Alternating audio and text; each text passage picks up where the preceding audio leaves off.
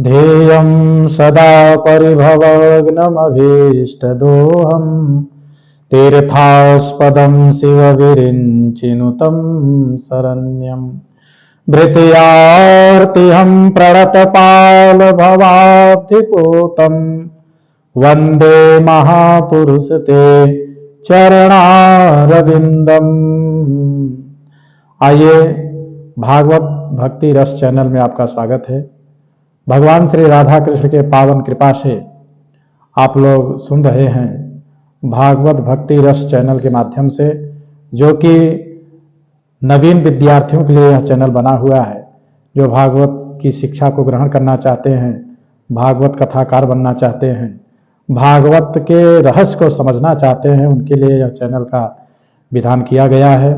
तो आइए, आज हम लोग कथा का द्वितीय शेष परिचर्चा को आगे बढ़ाते हुए, पिछले शेष चर्चा में आप लोगों ने सुना था धुंधकारी के कुकृत्यों के द्वारा उसको प्रेत योनि प्राप्त हुआ, और गोकर्ण जी ने भागवत की कथा को अनुष्ठान के रूप में प्रयोग करके उनके प्रेत योनि से उनको मुक्त कराया और दिव्य रूप धारण करके धुंधकारी परम धाम को प्राप्त हो गया। तो नारद जी ने सनकादि महात्माओं से पूछा कि महाराज, इस कथा की विशेष सुनने की विधि क्या है? तो सनकादि महात्माओं का नारद जी सदा सेव्या श्रीमद्भागवती कथा यस्या श्रवणमात्रेण हरिश्चित्तम समाश्रयेत।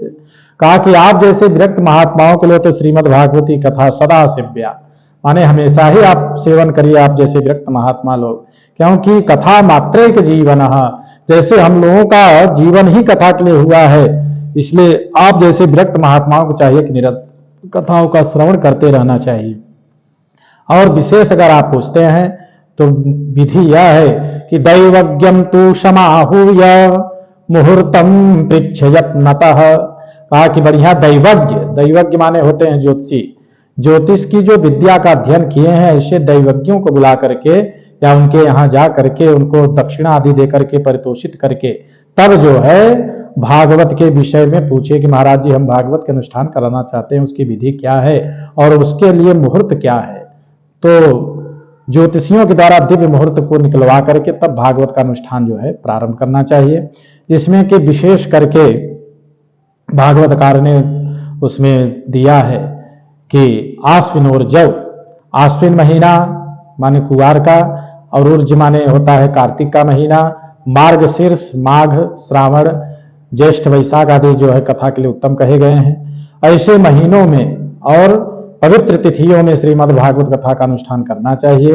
कहा कि कथा के विधि में ज्यादा विस्तार न करते हुए सनकादि महात्माओं ने कहा कि वक्ता कैसा होना चाहिए, क्योंकि आजकल भागवतकार बहुत निकल गए हैं, तो इसलिए भागवत के विधि के अनुसार जो वक्ताओं का लक्षण दिया गया है, उसी लक्षण के अनुसार अगर जो कोई व्यास बढ़िया घटित हो तभी जाकर के ऐसे ब्राह्मणों से ही कथा को सुनना चाहिए।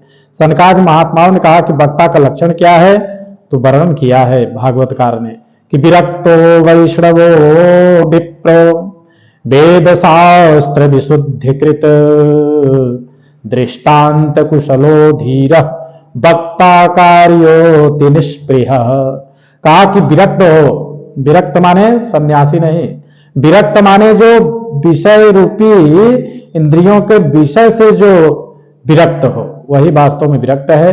और विप्र हो, ब्राह्मण कुल में उसका जन्म हुआ हो, ब्राह्मण से संबंध रखता हो, ब्राह्मणोचित कर्म करता हो, संध्या गायत्री जप आदि का जो विधि पूर्वक विधान करता हो नियम से, ऐसे विप्र हो। और वेद शास्त्र विशुद्धिकृत, वेद शास्त्रों को विशुद्ध रूप से जो पढ़ा हो, गुरु परंपरा से जो अध्ययन किया हो, ऐसे ब्राह्मणों को व्यास मंच पर बैठा करके और कथा का श्रवण करना चाहिए। और विशेषता क्या दिया? दृष्टांत कुशलो धीरः। का जो दृष्टांत देने में कुशल हो, क्योंकि साधारण से साधारण जनता को भागवत के रहस्य तक कैसे पहुंचाना है, भागवत के तत्व को कैसे समझाना है, ये जो कोई दृष्टांत कुशल ही समझा सकता है। दृष्टांत कुशलो धीरः और वक्ता कार्यो अति निष्प्रियः। कहा कि वक्ता को चाहे कि निष्प्रिय होकर के, निर्मम होकर के निरंकार अहंकार से रहित होकर के जो श्रीमद् भागवत कथा का वाचन कर सके, कथा का श्रवण कर सके, कथा का जो है श्रोताओं को समझा सके, ऐसे व्यास को व्यास मंच पर बैठा करके और कथा को प्रारंभ करना चाहिए। बोले वृंदावन बिहारी लाल की जय।